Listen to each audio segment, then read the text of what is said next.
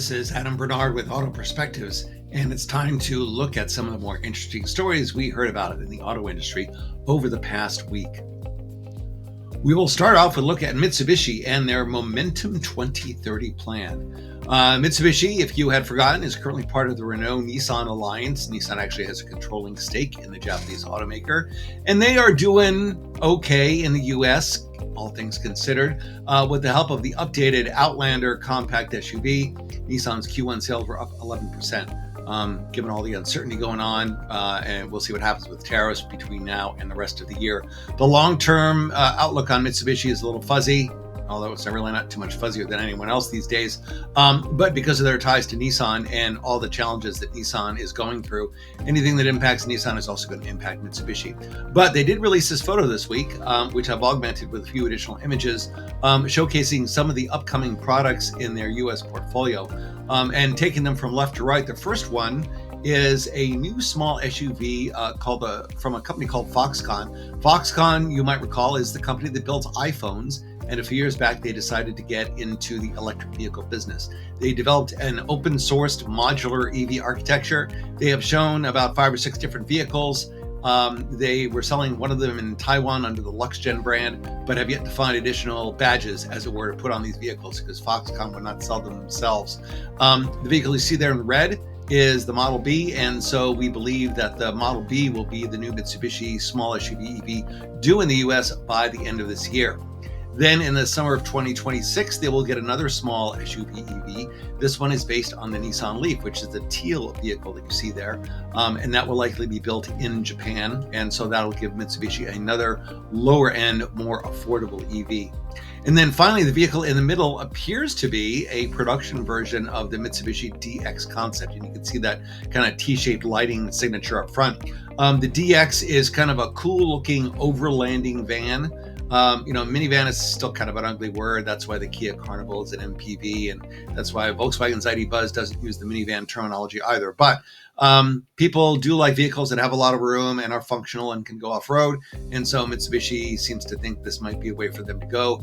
The Concept DX was a hybrid, so some sort of hybrid powertrain is likely for this vehicle. Mitsubishi didn't tell us anything else, so timing is a little TBD, but could be an interesting addition to the US automotive landscape.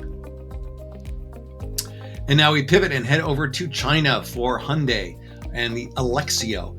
Hyundai is in trouble in the globe's biggest automotive market. Hyundai sales in China have dropped over 90% from 2016 to 2024. But they say they are still committed to the market. They have joint ventures over there and everything. They were not on display at the Shanghai Motor Show just because maybe they seem to be in regrouping mode. But they just revealed this vehicle, the Alexio. This is an EV. It is a compact entry, so roughly the size of the Hyundai Ioniq 5 or perhaps the Kia EV5. But if I didn't tell you it was a Hyundai, you might have trouble figuring that out. There's no real obvious Hyundai cues here.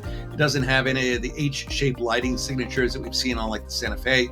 It doesn't have the pixelated lighting units that we've seen on the Hyundai EVs. But it was developed specifically for China in a joint venture between Hyundai and their partner BAIC. Up front are twin 4-unit headlamps. 4 plus 4 equals 8, and 8 is a lucky number in China. So another point there, evidence that it is being designed for the Chinese market. It features flush door handles and 20-inch wheels. It has a contrasting color spoiler / D-pillar, that kind of matte color element that you see wrapping over the back of the rear window, and a kind of a U-shaped rear light bar. It leverages the existing Hyundai EV platform.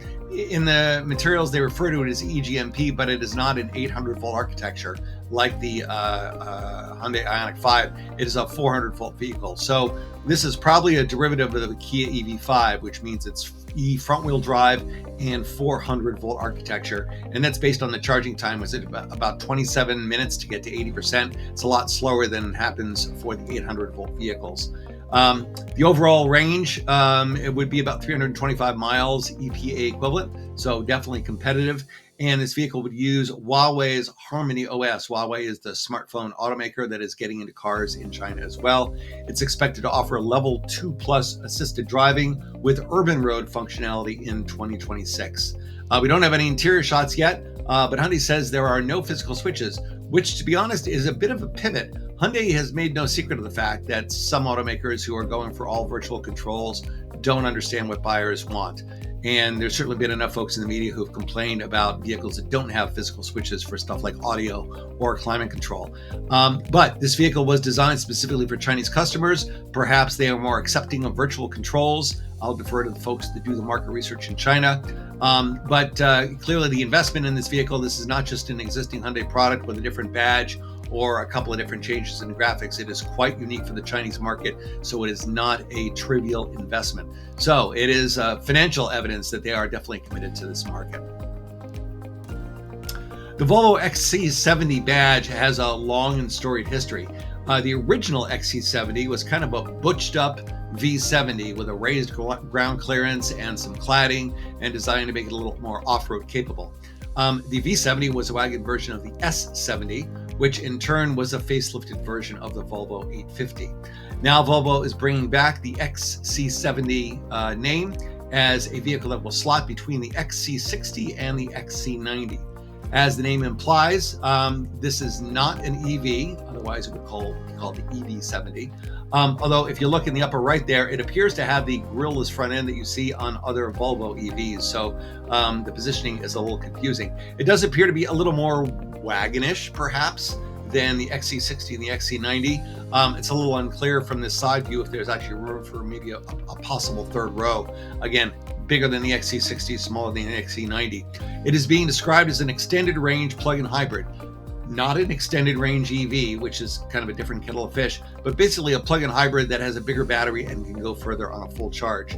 They're set about 125 miles on the Chinese cycle, which would work out to about 90 miles EPA equivalent.